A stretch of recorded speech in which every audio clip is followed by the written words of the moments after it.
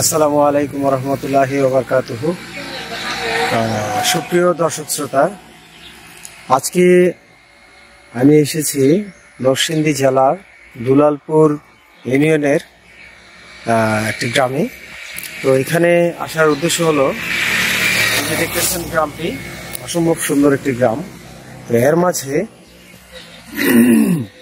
আমাদের এলাকার একজন সম্মানিত ভাই, যিনি নিজের শ্রম, মেধা এবং সততা দিয়ে একটি প্রতিষ্ঠান গড়ে তুলেছেন, যেটা থেকে আমাদের দেশের যুবক ভাইরা এবং যারা উদ্যমী, যারা কোনো একটা উদ্যোগ গ্রহণ করতে চান এবং ব্যবসায়িক যে কোনো একটা কাজে একটা করতে চান, মানে স্টাডি করতে চান, তাদের জন্য এটা একটা দৃষ্টান্ত। আমার এই যে সামনে যেটা দেখতে পাচ্ছেন, এখানে অনেক বড় স্পেস নিয়ে ভাইয়া একটা মোরগের ফার্ম করেছেন, সাথে ফিশারিজ এবং গরুর ফার্মও আছে। তো এটাই আজকে দেখাবো, এই জন্য আমি আপনাদেরকে এখানে নিয়ে এসেছি। তো এটা থেকে আশা করি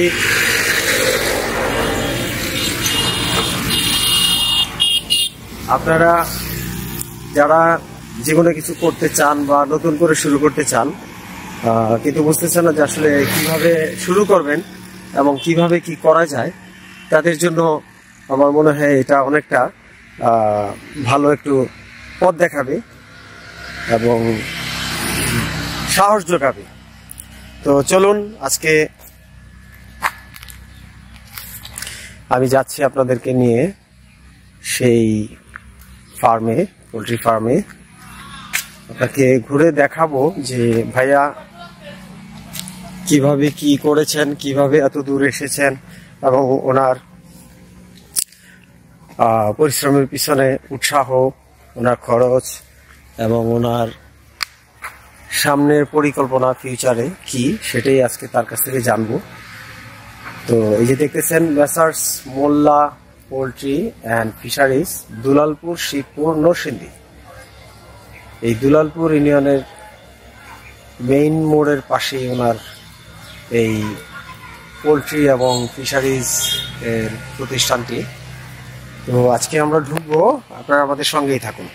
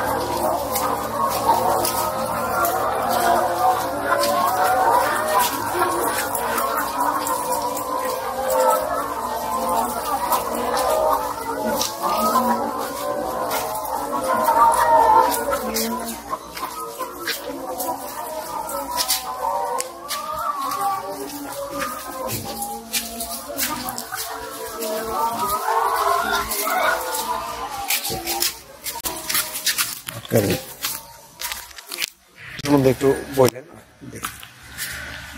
সুপ্রিয় দর্শক, আমরা ওনার গরুর যে একটা প্ল্যানিং আছে, এটাও একটু দেখতেছি।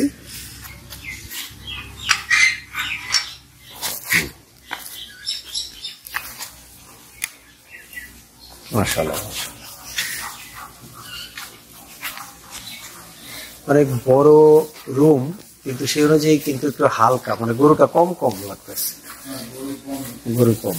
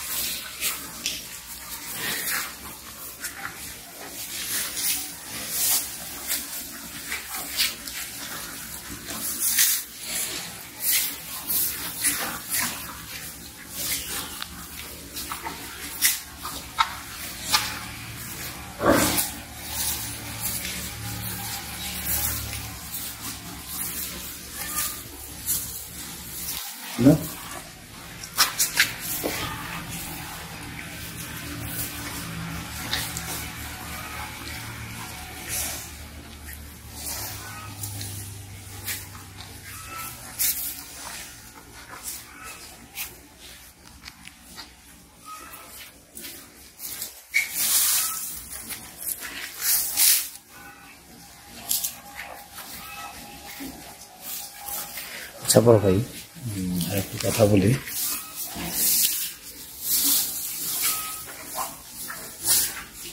আচ্ছা জয় ভাই, এখন আপনার তো আরো লাগবে, সেটা আপনি করবেন, ঠিক আছে। আমাকে এখানে বলেন তো কোন কোন জাতের গরুটা আছে, মানে এটা কতদিন যাবত আছে বা কিভাবে কোন বয়স থেকে আপনি কিনছেন বা কি?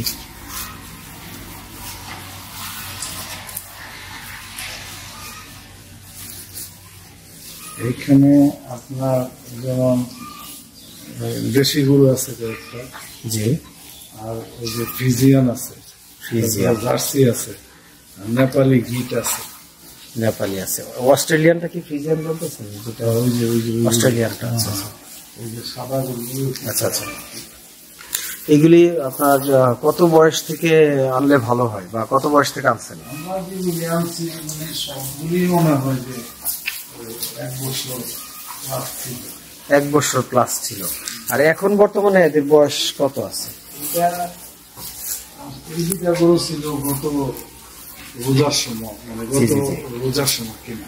আচ্ছা আচ্ছা। অনেকগুলি ছিল, বিক্রি করার পরে এই দুটা দাঁত উঠে না, এই জন্য বিক্রি করতে পারি না, এই দুটা হয়ে গেছে। আর বাকিগুলি এইবার এই যে আরো গত ধরেন 3 মাস আগে ছিল। আচ্ছা আচ্ছা। তো এগুলি 1 বছরের প্লাস যদি বয়স কিনেন, কিরকম প্রাইস পড়ে, কোত্থেকে কিনেন? প্রাইস এগুলি স্থানীয় বাজার থেকে কিনছি আমরা, কিশোরগঞ্জ থেকে, তারপরে আমরা এক বাজার, পোড়াদিয়া বাজার, বিভিন্ন বাজার থেকে। এগুলি 1 লাখ প্লাস, 90-95 হাজার, জি জি, তারপর 90 হাজার, 86 হাজার, এরকম পড়ছে। এটা কত বছর রাখেন তারপরে বিক্রি করেন? আমরা রোজার ঈদের সময় সবগুলি বিক্রি প্রতি করি। 1 বছর পর পর? আমরা কিনছি 3 মাস হয়েছে, ধরেন আরো 3-4 মানে মাস। সামনে ঈদ আসলে যদি মনে হয় যে এটা উপযুক্ত, তখন হ্যাঁ, বিক্রি করে দিই। বিক্রি করে দেন। আচ্ছা, তাইলে এদের খাবারের কি ব্যবস্থা আমাকে বলেন তো, মানে কি কি খাবার দেন? মেশিন আছে, নেপিয়ার ঘাস আছে এবং খড়। আর আমরা খড়, নেপিয়ার ঘাস, আর নেপিয়ার ঘাস, খড় হইলে ওদের আর পানিতে দেওয়া হয় রাইস পলিশ, রাইস, ভুট্টার গুঁড়া, ভুট্টার গুঁড়া, হ্যাঁ, রাইস পলিশ, ভুট্টার গুঁড়া, আর ওই ভুসি, ভুসি, গমের আচ্ছা ভুসি। আচ্ছা, গমের ভুসি। আর এমনিতে বিভিন্ন মেডিসিন আচ্ছা, দেওয়া হয়, যেমন ক্যালসিয়াম দেওয়া হয়, তারপরে আপনার যে এই গরুর জন্য যে খাবার আপনি ইউজ করতেছেন, সেটা মান্থলি কিরকম খরচ পড়ে? যে এতগুলো গরুর জন্য, মানে কয়টা গরু? 1 2 3 4 5 6 20টা গরুর জন্য কিরকম খরচ যায় মাসে? 20টা গরু, ধরেন একটা গরু প্রতি মাসে সর্বনিম্ন 5-6 হাজার টাকা যায়। একটা গরুর পিছনে খাবারে 6,000 টাকা মিনিমাম যায়। 6,000 টাকা, তাহলে 6-20 আরো বেশিও হয়। আরো বেশিও যায়। আর এটা তো শুধু আপনার বাদে খাবারেরটা, খাবার শুধু খাবারটা, আর অন্যান্য ঔষধপত্র, লোক, ফ্যান, এগুলি বাদে? হ্যাঁ, এগুলি বাদে। আচ্ছা, ঔষধপত্রের তো অনেক খরচ আছে। ওষুধপত্র আছে, যে আজকে আনলাম ওষুধ, এটা একটু পাতলা পায়খানা, আচ্ছা, ওষুধ আলাদা ঠান্ডা মনে হয় সহ্য করতে পারে না? ঠান্ডা লাগে, ঠান্ডার ওষুধ দেয় আমরা। মানে ঠান্ডার জন্য কি এদের গায়ে কোনো সালা বা কিছু দিতে হয় না? না না না, ঠান্ডার জন্য গায়ে না, শীতকাল আসলে দিতে হয়। শীতকাল আসলে দিতে হয়। আচ্ছা, তো চলেন। ওকে। তো সুপ্রিয় দর্শক শ্রোতা, জহির ভাইকে অনেক সময় দিল, অনেক কষ্ট দিলাম। উনি কষ্ট পাইছে, নিশ্চয়ই কষ্ট পাইছেন। কষ্ট কি আছে, আপনি দেশের মানুষ, দেশের জন্য করতেছেন, আমিও আপনাকে একটু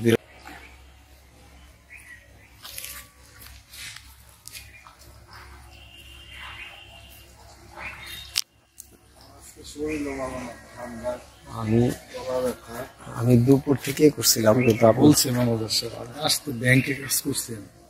জি জি জি, আপনি ব্যস্ত ছিলেন, বললো যে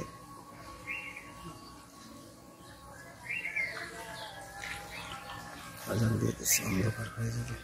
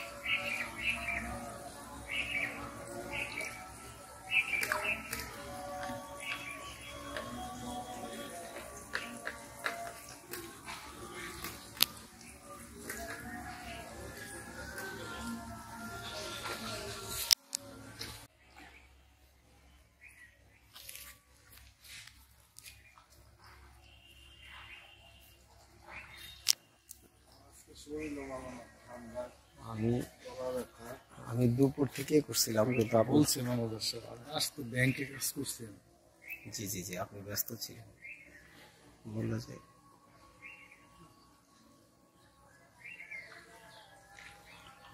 আজান দিয়ে দিচ্ছি, অন্ধকার হয়ে যাবে।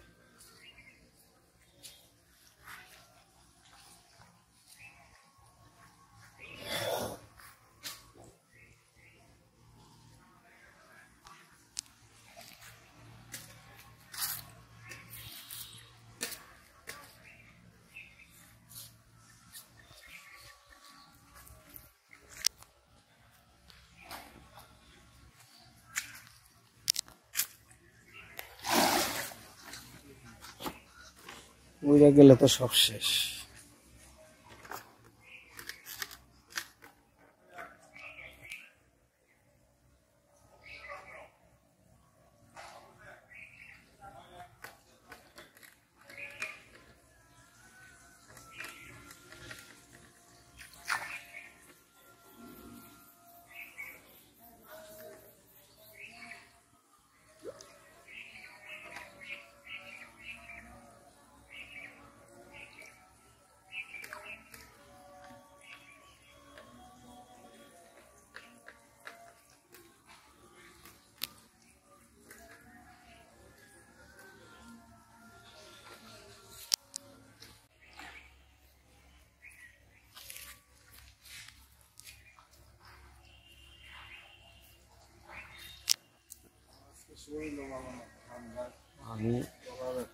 আমি দুপুর থেকেই করছিলাম, কিন্তু আপনি বলছি ম্যানেজার সাহেব আমি আসতে ব্যাংকে কাজ করছি আমি। জি জি জি, আপনি ব্যস্ত ছিলেন, বললো যে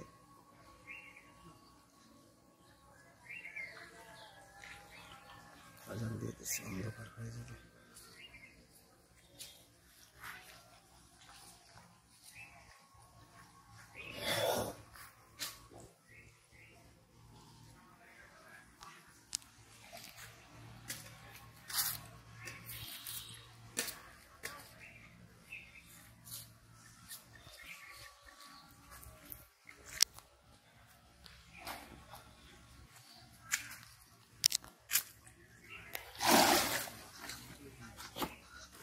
উইরা গেলে তো সব শেষ।